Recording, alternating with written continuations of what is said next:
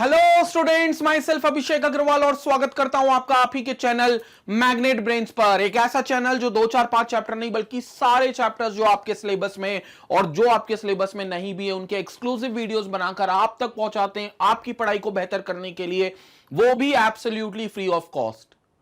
Quality education दी जाती है मैग्नेट ब्रेन्स के चैनल पे बिल्कुल मुफ्त में। स्वागत करता हूं ऐसे चैनल पे। और क्लास 11th केमिस्ट्री का सेकेंड चैप्टर एटॉमिक स्ट्रक्चर जो हम लोग देख रहे थे, जिसमें हमने अभी इलेक्ट्रोमैग्नेटिक स्पेक्ट्रम देखा। अब बच्चों इस वीडियो में बात करेंगे स्पेक्ट्रम की, और कौन से? विजिबल स्पेक्ट्रम की।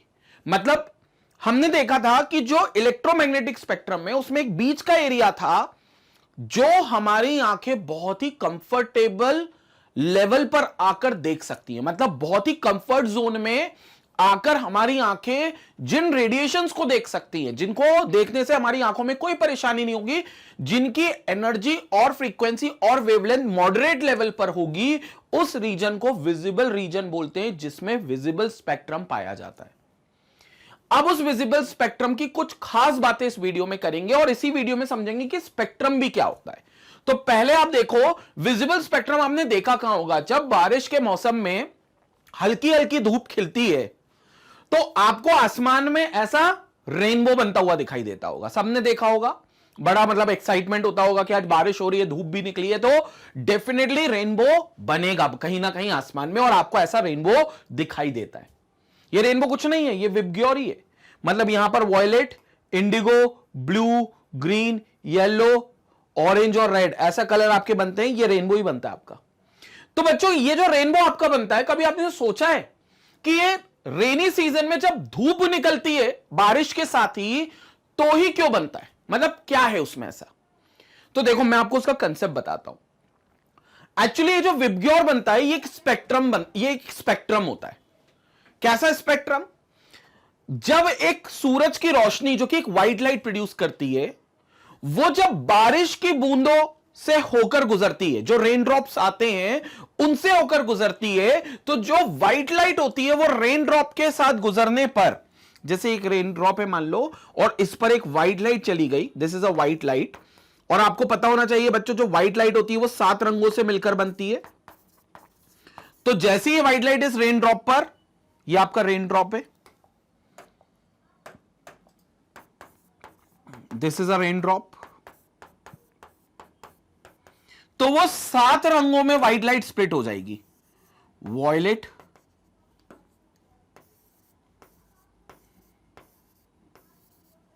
सात रंगों में स्प्लिट होगी, violet, indigo, blue, green, yellow, orange और रेड, जिसको आप विबग्योर बोलते हो। इस 7 रंगों में स्प्लिट होगी। This splitting of white light into its 7 different constituent colours is called spectrum, is called spectra, and the pattern we obtain is called spectrum. सफेद लाइट जब किसी भी ट्रांसपेरेंट ऑब्जेक्ट से पास की जाएगी, जैसे कि रेन ड्रॉप से पास हो रही है, तो वो अपने 7 डिफरेंट कॉन्स्टिट्यूएंट कलर्स में स्प्लिट हो जाएगी। 7 डिफरेंट, क्योंकि 7 अलग अलग रंग है। कॉन्स्टिट्यूएंट कलर्स क्यों बोल रहा हूं? क्योंकि वो 7 कलर से ही मिलकर सफेद लाइट बनी थी। मतलब सफेद लाइट को बनाने वाले वो 7 कलर ही थे, तो वो उसके कॉन्स्टिट्यूएंट कलर माने जाएंगे। तो इन 7 कॉन्स्टिट्यूएंट कलर्स में वो सफेद लाइट स्प्लिट हो जाएगी, जिस फिनोमेना को हम स्पेक्ट्रा बोलते हैं, इसको आप स्पेक्ट्रा बोलते हो। और जो कलर का आपको पैटर्न मिल रहा है वो स्पेक्ट्रम होता है। और यही चीज आपको रेनी सीजन में जब सनरेज निकलती हैं, सूरज निकलता है, धूप निकलती है, तो उसी के साथ भी देखने को मिलता है। क्योंकि जो सूरज से आने वाली सफेद रोशनी होती है वो रेन ड्रॉप से पास कर जाती है।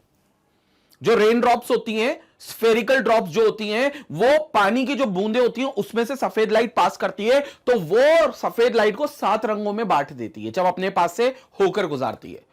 तो वो आसमान में एक ऐसा रेनबो बनाती है जो 7 रंगों का इंद्रधनुष होता है, जिसमें violet, indigo, blue, green, yellow, orange और रेड कलर्स होते हैं।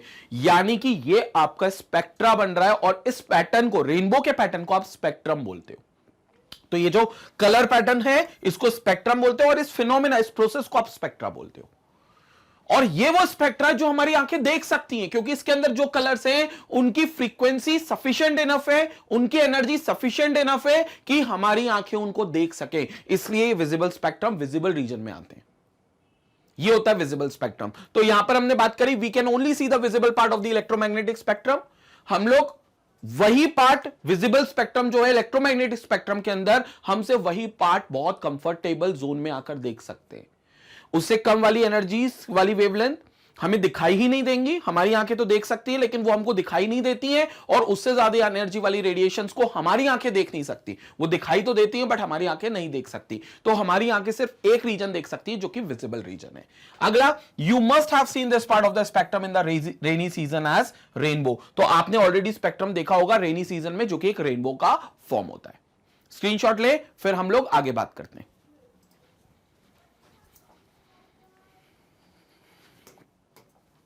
अब स्टूडेंट, स्पेक्ट्रम क्या है? Basically it's the distribution of colours produced when white light is dispersed by a prism. जहां रेन ड्रॉप थी वहां अगर आप कोई प्रिज्म रखते, प्रिज्म आपको पता है आपके ग्लास का एक 3D ऑब्जेक्ट होता है, अगर आप कोई भी व्हाइट लाइट उससे भी पास करोगे तो आपको उसमें भी अदर एंड पे, प्रिज्म के अदर एंड से, यानी कि जिस एंड से व्हाइट लाइट पास की गई है उसके अपोजिट एंड पर जहां से निकलेगी व्हाइट लाइट, वहां पर व्हाइट लाइट की जगह 7 अलग अलग रंगों की लाइट्स निकलेंगी, जो वही रंग होंगे जिससे सफेद लाइट बनी है, यानी कि 7 डिफरेंट कॉन्स्टिट्यूएंट कलर्स होंगे जो विबग्योर होंगे। तो ये आपको विबग्योर मिलेगा, violet, indigo, blue, green, yellow, orange और रेड, ये आपको पूरा विबग्योर बनता हुआ। तो यही आपको विबग्योर मिलेगा, तो ये पूरा आपका विबग्योर होगा। और ये प्रिज्म है जो एक ग्लास का 3D ऑब्जेक्ट है जिससे आपने ये व्हाइट लाइट को यहां से पास किया है। तो ये जो पैटर्न होता है, this is called spectrum. This distribution of colour is called spectrum. ये जो कलर का डिस्ट्रीब्यूशन का जो पैटर्न है इसको स्पेक्ट्रम बोलते हो। इस प्रोसेस, इस फिनोमिना को आप स्पेक्ट्रा बोलते हो, बट जो कलर का पैटर्न मिलता है उसको स्पेक्ट्रम बोलते हो। क्लियर हो गया? तो ये स्पेक्ट्रम की डेफिनेशन है, आप स्क्रीनशॉट ले, फिर हम और आगे बात करते हैं।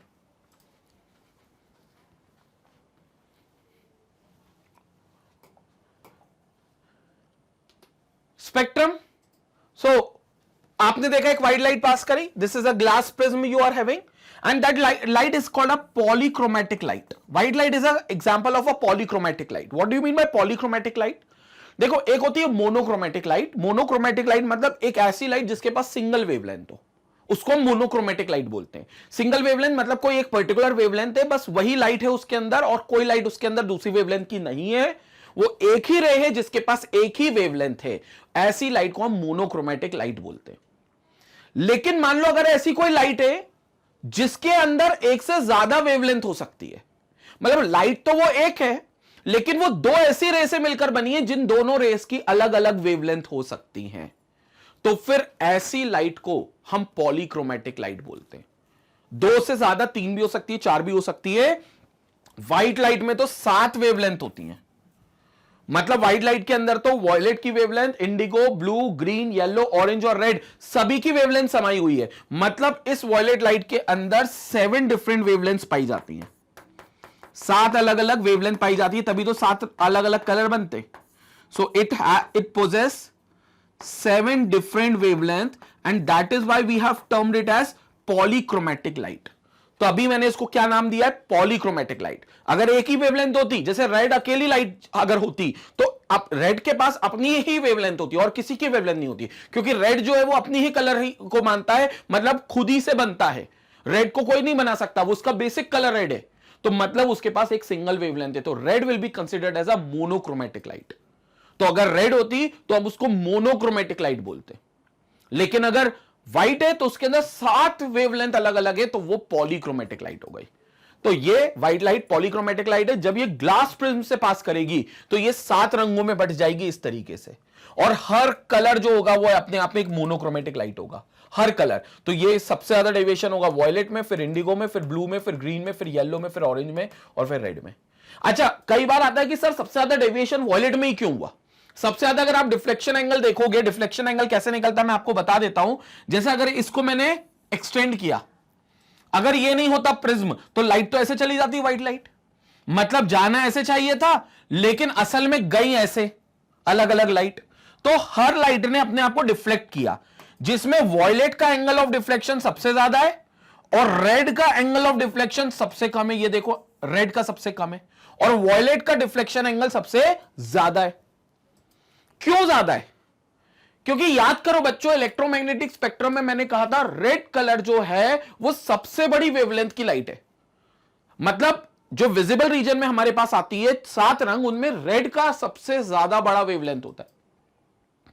और जितनी जो वेव्स बड़ी वेवलेंथ की होती हैं उनको डिफ्लेक्ट करना किसी भी मीडियम से, किसी भी पार्टिकल से आसान नहीं होता। मतलब वो बहुत ज्यादा डिफ्लेक्ट नहीं कर सकती क्योंकि उनकी वेवलेंथ बड़ी है। और जो छोटी वेव्स होती हैं, छोटी वेवलेंथ वाली वेव्स होती हैं, वो वेव को डिफ्लेक्ट करना बहुत आसान है। याद करो मैंने एक एग्जांपल दिया था, 2 लोग भागते हुए आ रहे हैं, एक के पीछे एक पतला आदमी और एक मोटा आदमी है। पतला आदमी बोले तो जिसकी वेवलेंथ छोटी है, मानकर चलो दुबला पतला फिट है। मोटा आदमी मतलब जिसकी अच्छी खासी बड़ी वेवलेंथ है, ऐसा मान सकते हो आप। तो पतले आदमी को डिफ्लेक्ट करना आसान होगा, लेकिन मोटे आदमी को डिफ्लेक्ट करना मुश्किल होगा। तो वेवलेंथ जिनकी बड़ी है उनका डिफ्लेक्शन बहुत मुश्किल से होता है। इसलिए रेड का वेवलेंथ क्योंकि बड़ी है तो वो कम डिफ्लेक्ट करी, इसलिए कम डिफ्लेक्शन एंगल बना। डिफ्लेक्शन एंगल को हम डेल्टा से बोलते हैं, डिनोट करते हैं ज्यादातर। तो this is delta for the violet and this is delta for red. तो आप देखो एंगल ऑफ डिफ्लेक्शन जो है वो रेड का कम है क्योंकि उसकी वेवलेंथ सबसे ज्यादा है, जबकि वॉयलेट का सबसे ज्यादा एंगल ऑफ डिफ्लेक्शन है क्योंकि उसकी वेवलेंथ कम है। इसलिए जब आप स्प्लिट करोगे तो वॉयलेट का डिफ्लेक्शन जो होगा वो बच्चों सबसे ज्यादा होगा, इसलिए वॉयलेट सबसे नीचे बन रहा है। ऐसे रह जानी थी लेकिन सबसे नीचे डिफ्लेक्ट हो गई। रेड भी डिफ्लेक्ट हुई है लेकिन उतनी ज्यादा डेविएट नहीं हुई जितनी वॉयलेट डेविएट हो गई अपने रास्ते से। तो ये हो गया violet, indigo, blue, green, yellow, orange और रेड। और यही डिफ्लेक्शंस जो होते हैं ये कहलाते हैं कलर के, ये पैटर्न्स को कहलाते हैं हम लोग स्पेक्ट्रम। तो this is pattern of colour is called spectrum. तो आप इस कलर के पैटर्न को क्या नाम देते हो? स्पेक्ट्रम नाम देते हो। That's it. और process is called spectra. So the order of colour of the spectrum, colour के ऑर्डर क्या है स्पेक्ट्रम में? Are as follows, which in which violet सबसे नीचे, indigo, blue, green, yellow, orange and red. तो ये spectrum ये लोग बनाते हैं और ये स्पेक्ट्रम ये लोग फॉलो करते हैं। क्लियर हो गया स्टूडेंट? तो ये स्पेक्ट्रम होता है पॉलीक्रोमेटिक लाइट। जिस लाइट में कन्वर्ट होती है वो सारी मोनोक्रोमेटिक लाइट होती है। स्क्रीनशॉट लेंगे फिर हम और आगे आकर बात करते हैं।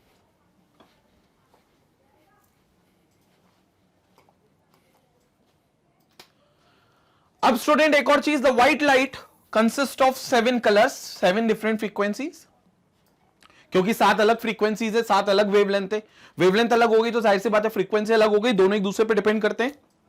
क्योंकि अगर वेवलेंथ बड़ी है तो एक पॉइंट से 1 सेकंड में पास होने में टाइम लगेगा वेव को, क्योंकि बड़ी वेव को एक पॉइंट से गुजारने में टाइम लगेगा आपको, बड़ी वेव है। क्योंकि छोटी वेव जल्दी गुजर जाएगी, तो छोटी वेव 1 सेकंड में ज्यादा गुजर जाएंगे, तो उनकी फ्रीक्वेंसी ज्यादा होगी जिनकी वेवलेंथ कम है। तो अलग अलग फ्रीक्वेंसी और अलग अलग वेवलेंथ है इनके पास, इसलिए व्हाइट कलर जब स्प्लिट करता है अलग अलग एनर्जी से तो 7 रंगों में स्प्लिट होता है। उसके बाद ये बहुत इंपॉर्टेंट पॉइंट है, ये वाला पॉइंट बड़ा इंपॉर्टेंट है। The spectrum obtained is continuous as there is no gap between the two adjacent frequencies or color. अब देखो जब स्पेक्ट्रम मिलता है, स्पेक्ट्रम क्या है? पैटर्न ऑफ कलर है। मतलब कई लोग पता है स्पेक्ट्रम में कंफ्यूज होते हैं। बच्चों आपने बचपन में वाटर कलर्स किए हैं, मतलब ड्राइंग बनाई होगी तो वाटर कलर यूज किए होंगे अपने बचपन के दिन। याद करो पानी वाला कलर ब्रश होता था, उसमें गीला करते थे कलर और फिर पेंट करते थे। वाटर कलर का जो पैलेट आता है, देखा आपने वो पैलेट, उसमें अलग अलग कलर्स होते हैं, कलरफुल पैलेट लगता है वो स्पेक्ट्रम है। वो एक स्पेक्ट्रम है, वो पैटर्न है जिसमें सारे कलर्स अरेंज कर रहे हैं अपने आप को, वो एक स्पेक्ट्रम है। अगर मैं अब आपसे बोलूं कि जब आप व्हाइट लाइट को स्प्लिट करते हो तो वही कलर के पैटर्न ऐसे ही आपको यहां पर भी दिखते हैं, तो ये भी एक स्पेक्ट्रम है। लेकिन अब स्पेक्ट्रम जो होता है वो 2 प्रकार का होता है। एक होता है कंटिन्यूअस और एक होता है डिसकंटिन्यूअस, जिसको हम लाइन स्पेक्ट्रम भी बोलते हैं। लेकिन जब हम व्हाइट लाइट को स्प्लिट कर रहे हैं या जब हम रेनबो देखते हैं तो वो जो स्पेक्ट्रम बनाते हैं वो प्रिसाइसली कंटिन्यूअस स्पेक्ट्रम बनाते हैं। अब आप बोलोगे सर इन दोनों में अंतर क्या है? सुनो मेरी बात। अगर आप स्पेक्ट्रम में कोई भी डिफरेंट अलग अलग कलर से, 2 अलग अलग कलर्स जो हैं, अगर उनके बीच में आप कोई लाइन से उनको सेपरेट नहीं कर पा रहे, कोई बाउंड्री उन 2 कलर के बीच में नहीं डिफाइन कर पा रहे, तो ऐसा स्पेक्ट्रम कंटिन्यूअस स्पेक्ट्रम कहलाएगा।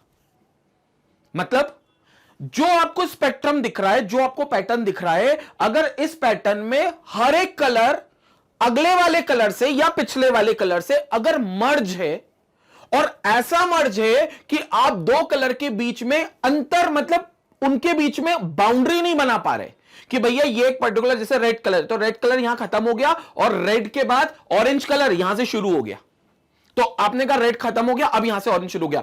अगर आप ऐसा नहीं कर पा रहे, और ऐसा कब नहीं कर पाओगे, जब रेड और ऑरेंज मर्ज रहेंगे और उनके बीच में कोई बाउंड्री से, कोई एक सीम लाइन से आप उनके बीच में अंतर नहीं कर पा रहे कि कौन सा कलर कब खत्म हुआ और कब शुरू हुआ, तो ऐसे स्पेक्ट्रम को हम नाम देते हैं कंटीन्यूअस स्पेक्ट्रम। ये कंटीन्यूअस स्पेक्ट्रम है। रेनबो आपको दिखता है आसमान में, बड़ा सुंदर दिखता है, सारी चीजें सही हैं, लेकिन क्या रेनबो के जो अंदर ही 7 कलर बन रहे हैं, क्या आप उसमें बता सकते हो कि कौन सा कलर कहां खत्म हो रहा है और अगला कलर कहां से शुरू हो रहा है? आप कभी नहीं बता पाओगे। आपको एक shades, light shades, dark shades के रूप में आ जाएगा, आपको पता ही नहीं चलेगा कि कौन सा कलर कहां खत्म हुआ है और कौन सा कहां से शुरू हुआ है। मतलब कोई भी दो कलर के बीच में एक प्रॉपर लाइन या एक प्रॉपर बाउंड्री नहीं बनाई गई, यह बताने के लिए कि दोनों कलर अलग अलग हैं या ये दो कलर यहां अलग हो रहे हैं। कलर तो अलग है, वो कलर हमें अलग अलग दिखेंगे, लेकिन वहां जहां से वो कलर का एक इंटरसेक्शन पॉइंट होगा, वहां पर कोई प्रॉपर बाउंड्री नहीं मिलेगी। ऐसे कलर को, ऐसे स्पेक्ट्रम को, सॉरी, हम लोग बोलते हैं कंटीन्यूअस स्पेक्ट्रम। कंटीन्यूअस स्पेक्ट्रम, और ये कंटीन्यूअस स्पेक्ट्रम बना रहे। ये जो रेनबो में बन रहा है, या व्हाइट लाइट सिंपल प्रिज्म से आप पास कराओगे तो it will form a continuous spectrum. तो ये कंटीन्यूअस स्पेक्ट्रम बनाएगी भैया। अब इससे अपोजिट क्या होता है? इससे अपोजिट होता है डिसकंटीन्यूअस स्पेक्ट्रम, जिसको आप बोलते हो लाइन स्पेक्ट्रम भी। Line spectrum as the name suggest, भैया दो कलर के बीच में एक प्रॉपर लाइन बनेगी जो एक बॉर्डर का काम करेगी कि भैया रेड तुम्हारा दायरा ये है, ऑरेंज अब तुम यहां से शुरू होगे। तो दो कलर के बीच में अंतर कर सकती है वो वाला स्पेक्ट्रम जिसमें आपको क्लियर दिख रहा है कि कहां कौन सा कलर शुरू हो रहा है और कहां खत्म हो रहा है। ऐसे स्पेक्ट्रम को आप लाइन स्पेक्ट्रम या डिसकंटीन्यूअस स्पेक्ट्रम बोलते हो। जैसे मैंने आपको वाटर कलर का एग्जांपल दिया था, जब वो नया नया पैक आता है और आप उसको खोलते हो वाटर कलर के पैक को, तो सारे कलर आपको प्रॉपर अलग अलग दिखते हैं। बीच में उनके बल्कि गैप्स भी होता है, प्लास्टिक के बॉक्स में आते हैं वो, तो बीच में प्लास्टिक का गैप भी होता है उसमें, तो आपको समझ में आता है ये कलर इतना है, ये कलर यहां, ये कलर यहां, मतलब प्रॉपर बाउंड्री बनी रहती है। तो वो कौन सा स्पेक्ट्रम है? Discontinuous spectrum, line spectrum. हालांकि मैं उसको, वो एक्चुअली स्पेक्ट्रम नहीं, क्योंकि वो किसी से स्प्लिट होकर नहीं आया, वो तो उन्होंने कलर का बॉक्स बनाकर दे दिया। मैं सिर्फ उसको आपको एक मतलब विजुअलाइज करवाने की कोशिश कर रहा हूं कि डिसकंटीन्यूअस स्पेक्ट्रम ऐसा होता है। नहीं तो अदरवाइज जो कलर का जो बॉक्स है, it's not a part of a spectra. बस आप उसको समझ लो कि ऐसा स्पेक्ट्रम होता है जो कभी कहीं प्रोड्यूस होगा splitting of a certain light से, और उसमें हर एक कलर दूसरे कलर से बाउंड्री से सेपरेट हो रहा होगा, और अगर बाउंड्री से सेपरेट हो रहा है तो वो डिसकंटीन्यूअस स्पेक्ट्रम है, अदरवाइज वो कंटीन्यूअस स्पेक्ट्रम है। तो ये कंटीन्यूअस स्पेक्ट्रम का एग्जांपल है। क्लियर हो गया? स्क्रीनशॉट ले, मैं फिर और आपको बताता हूं, आप स्क्रीनशॉट लो पहले।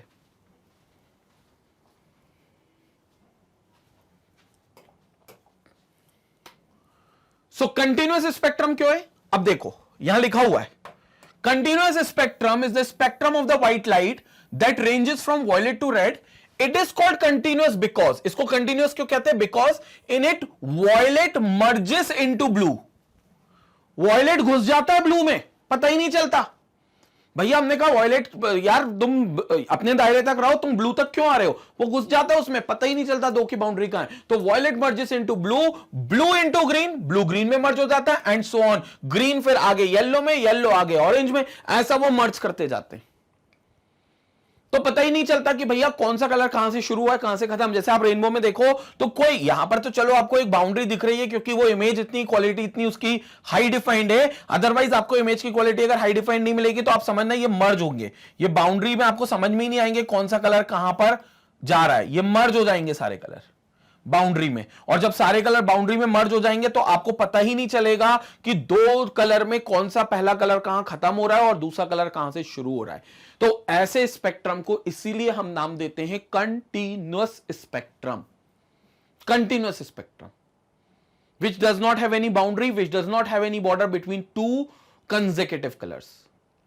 क्लियर हो गया? स्क्रीनशॉट ले सकते हैं, कंटिन्यूअस स्पेक्ट्रम का डेफिनेशन है क्योंकि इसमें, और फिर इसके साथ हम वीडियो कंक्लूड करेंगे। फिर अगले वीडियो में हम लोग एमिशन स्पेक्ट्रम और एब्जॉर्प्शन स्पेक्ट्रम, जो और दो डिफरेंट टाइप के स्पेक्ट्रम होते हैं, उसकी बात करेंगे। अब स्क्रीनशॉट लो पहले। तो ये था स्टूडेंट क्या, कंटिन्यूअस स्पेक्ट्रम, जिसकी हमने बहुत डिटेल में बात करी और बहुत डिटेल में इसको समझा है कि कंटिन्यूअस स्पेक्ट्रम को क्यों कंटिन्यूअस बोलते हैं और डिसकंटिन्यूअस स्पेक्ट्रम को क्यों डिसकंटिन्यूअस बोलते हैं। अब अगले वीडियो में हम लोग एक दो टाइप और होते हैं जो बोहर मॉडल को समझाने के बहुत सहायक हैं, जिनको आप एमिशन स्पेक्ट्रम और एब्जॉर्प्शन स्पेक्ट्रम भी बोलते हो। और जैसा कि आपको पता है बच्चों, मैग्नेट ब्रेन्स में क्लास 4 से लेकर क्लास 12 तक के हर सब्जेक्ट के इन डेप्थ एनालिसिस करके आपके सामने वीडियोस प्रोवाइड किए गए, जिनको आप magnetbrains.com पर जाकर एक्सेस कर सकते हो और वहीं से इनसे जुड़े हुए नोट्स को भी डाउनलोड कर सकते हो। Thank you for watching us, stay connected, stay educated, take care.